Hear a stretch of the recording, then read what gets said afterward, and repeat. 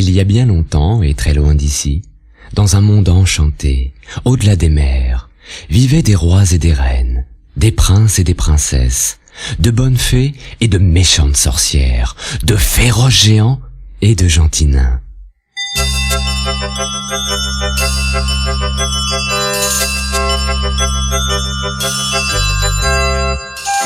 Ouvre ton album, écoute bien et rejoins toi aussi le monde magique d'Il était une fois.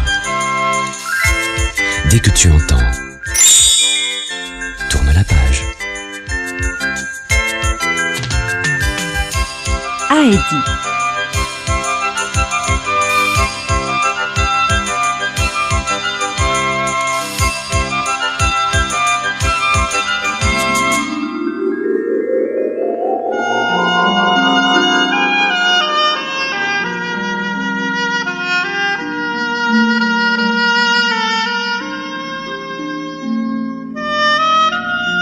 Il était une fois une petite orpheline âgée de 5 ans qui s'appelait Heidi et vivait dans un petit bourg au pied d'une montagne. Un jour, sa tante Dette l'emmena pour une longue promenade. « Nous partons pour Dorfli, là où habite ton grand-père, lui expliqua-t-elle. La marche sera longue et j'ai préparé des provisions que nous mangerons en route. » Heidi et sa tante Dette se mirent en route et, après plusieurs heures de marche, arrivèrent à Dorfli. « C'est ici que tu es née, Heidi, » lui dit sa tante. Les villageois, qui se souvenaient bien de la fillette, l'accueillirent chaleureusement. « Suis ce sentier qui grimpe le long de la montagne, c'est un raccourci pour arriver au chalet du grand-père, » recommandèrent-ils à la petite fille. Dette et Heidi s'engagèrent sur le chemin et aperçurent bientôt un chalet. « Regarde, on aperçoit la maison de ton grand-père tout en haut de la montagne, » dit Dette. « Ne marche pas trop vite, Heidi, la route est encore longue. » Mais Heidi galopait gaiement sur le sentier escarpé et tante Dette s'essoufflait en essayant de la suivre. En chemin, Heidi croisa un jeune berger qui la salua gaiement et se présenta. Il s'appelait Peter et gardait un troupeau de chèvres. Il proposa à Heidi de caresser l'un des petits chevreaux, puis ils discutèrent un moment. « Tous les matins, je me lève à l'aurore et je pars dans les pâturages avec mes chèvres, » expliqua Peter. « Combien de chèvres gardes-tu » lui demanda Heidi. Mais, sans laisser à Peter le temps de répondre, tante Dette, qui venait de les rejoindre, gronda la petite fille. « Heidi, qu'est-ce qui te prend de parler avec un inconnu ? On ne parle pas aux gens qu'on ne connaît pas. Allons, dépêche-toi, nous n'avons pas de temps à perdre. Nous devons arriver chez ton grand-père avant la tombée de la nuit. » Heidi reprit la route tristement et aperçut soudain un vieil homme. « Regarde, c'est certainement ton grand-père » souffla tante Dette hors d'haleine. Heidi se lança à la rencontre du vieux monsieur en criant « Bonjour, bonjour mon grand-père, je suis si contente de te voir !»« Que faites-vous sur mes terres ?» gronda le vieil homme. « Et d'abord, qui êtes-vous ?»« Je suis Dette et la petite s'appelle Heidi. C'est votre petite fille. Nous venons de parcourir un long chemin pour venir chez vous, » répondit la tante. Le grand-père de Heidi, grincheux, ne leur dit pas bonjour et se contenta de les fixer de son regard perçant. « On dirait qu'il s'intéresse davantage à sa pipe qu'à nous, » chuchota tante Dette. « Il n'a pas vraiment l'air enchanté de nous voir. » Mais Heidi était heureuse. Les montagnes étaient si belles qu'elle ne se lassait pas de les admirer. « Prenez bien soin de Heidi, » dit Dette au vieil homme. « Je vais la laisser ici quelque temps car je ne peux plus m'occuper d'elle pour l'instant. » Puis, tante Dette se tourna vers Heidi et lui expliqua. « Je dois rentrer maintenant. Est-ce que je peux te laisser ici avec ton grand-père ?»« Bien sûr, j'ai très envie de rester !» lui répondit sa nièce. Les manières bourrues du grand-père ne dérangeaient pas Heidi. Elle était heureuse d'être en plein air et brûlait d'envie d'aller retrouver son nouvel ami, le petit berger Peter. Les jours passèrent et le vieil homme commença à apprécier la compagnie de la petite fille. Mais il était bourru et têtu et jamais il n'aurait avoué qu'il commençait à s'attacher à sa petite fille.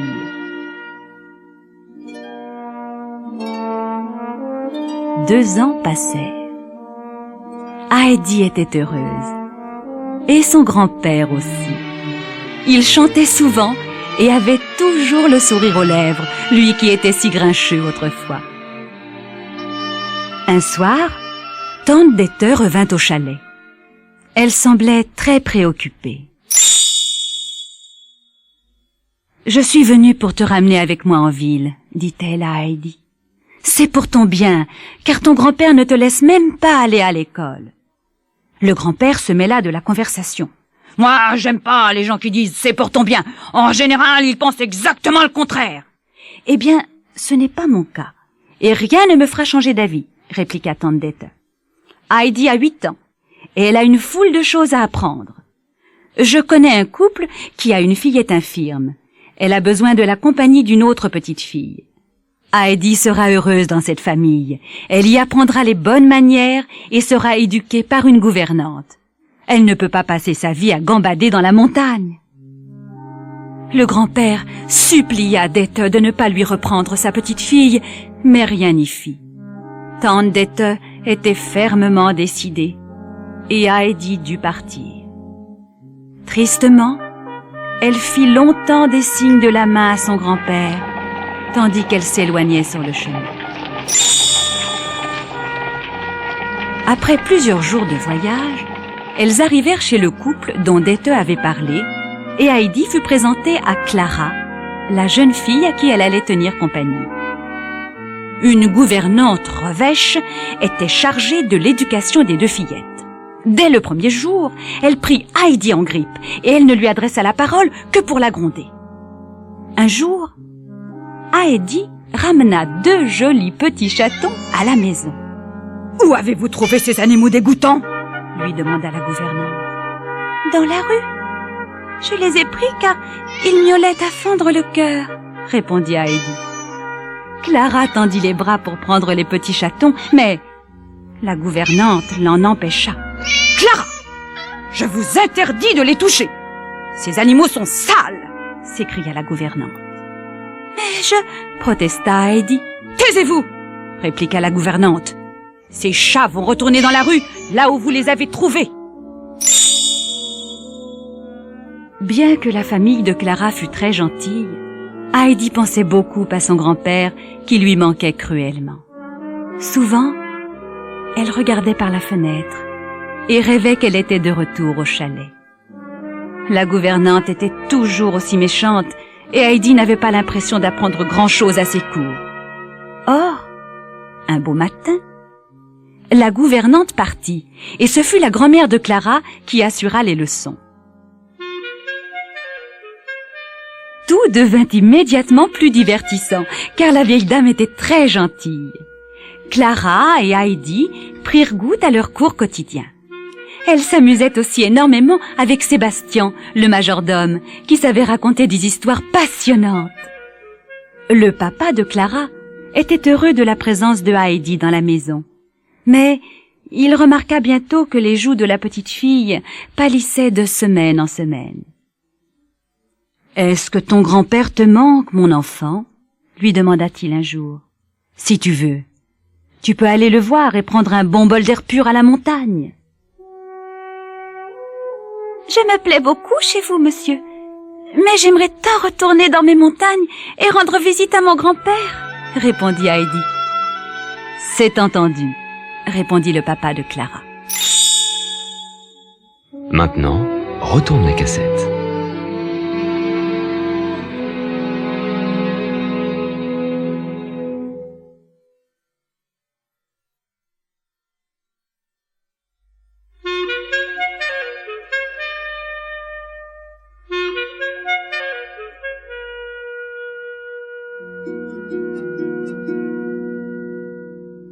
Le lendemain matin, tout le monde aida Heidi à faire ses bagages.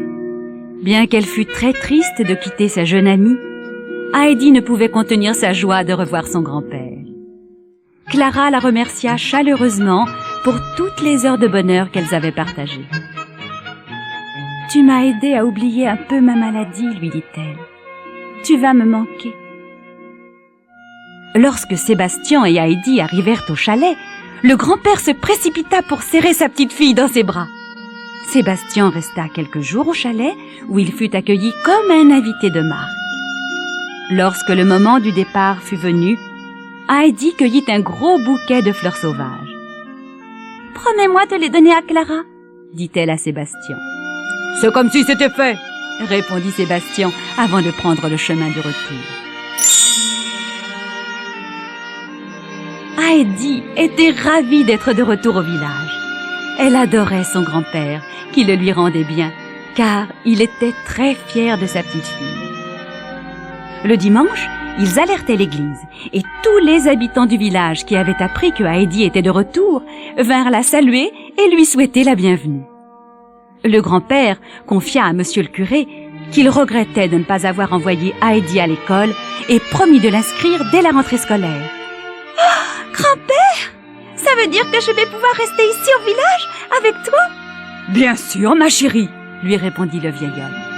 « L'heure de la ville ne te réussit pas. J'ai tout arrangé avec le papa de Clara. D'ailleurs, tu es déjà la petite fille la plus célèbre du village. » Le cœur gonflé de joie, Heidi courut annoncer la bonne nouvelle à son ami Peter.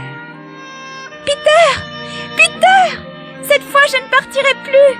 Je reste !» chantonnait-elle en bondissant de joie. Le lendemain, elle apprit une autre grande nouvelle.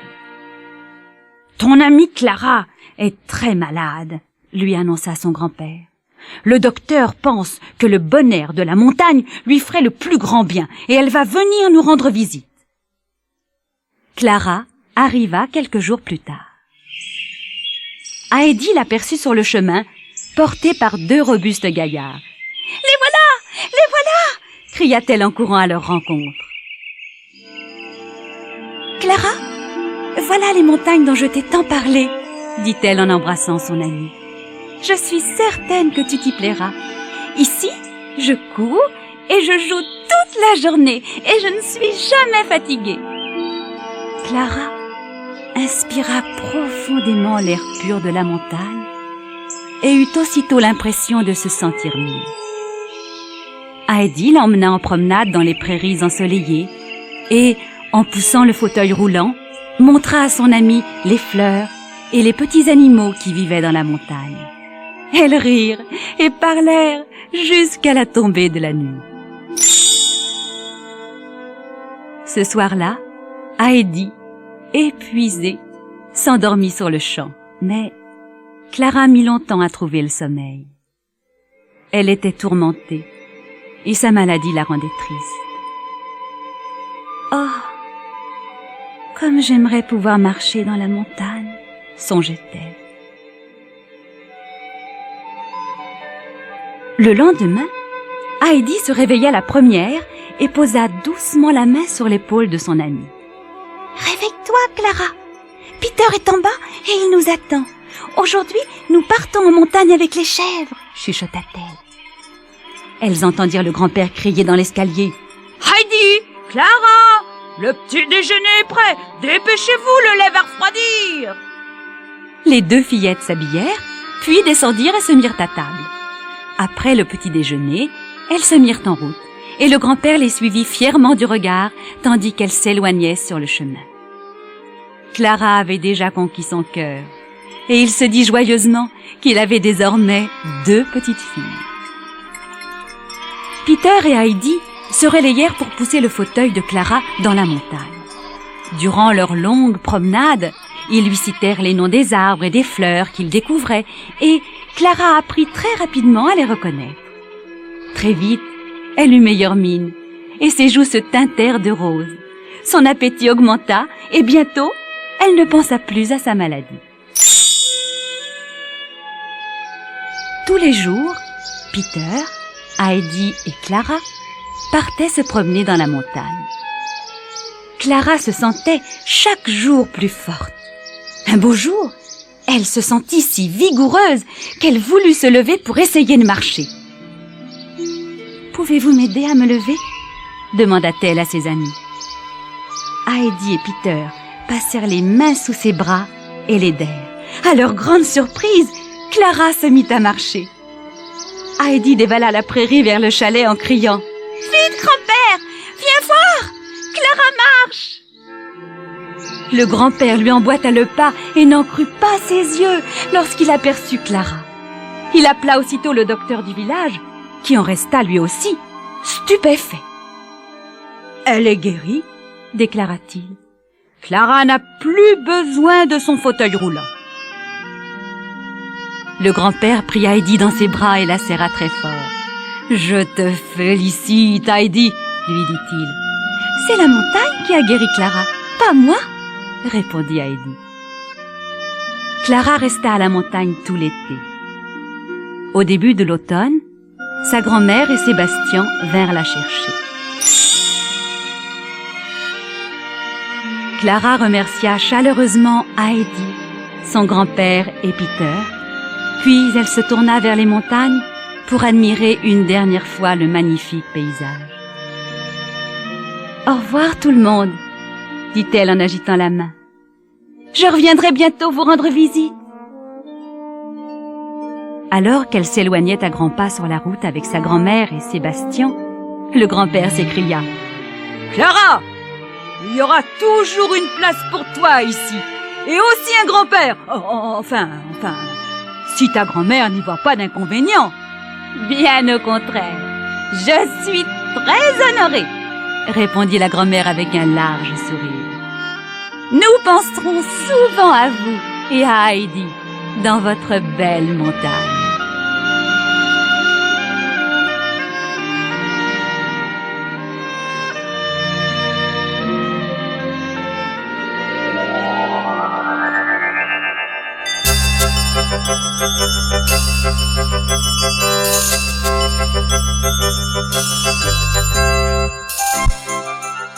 N'oublie pas ton prochain rendez-vous avec Il était une fois. Tu découvriras l'histoire extraordinaire des lunettes du lion.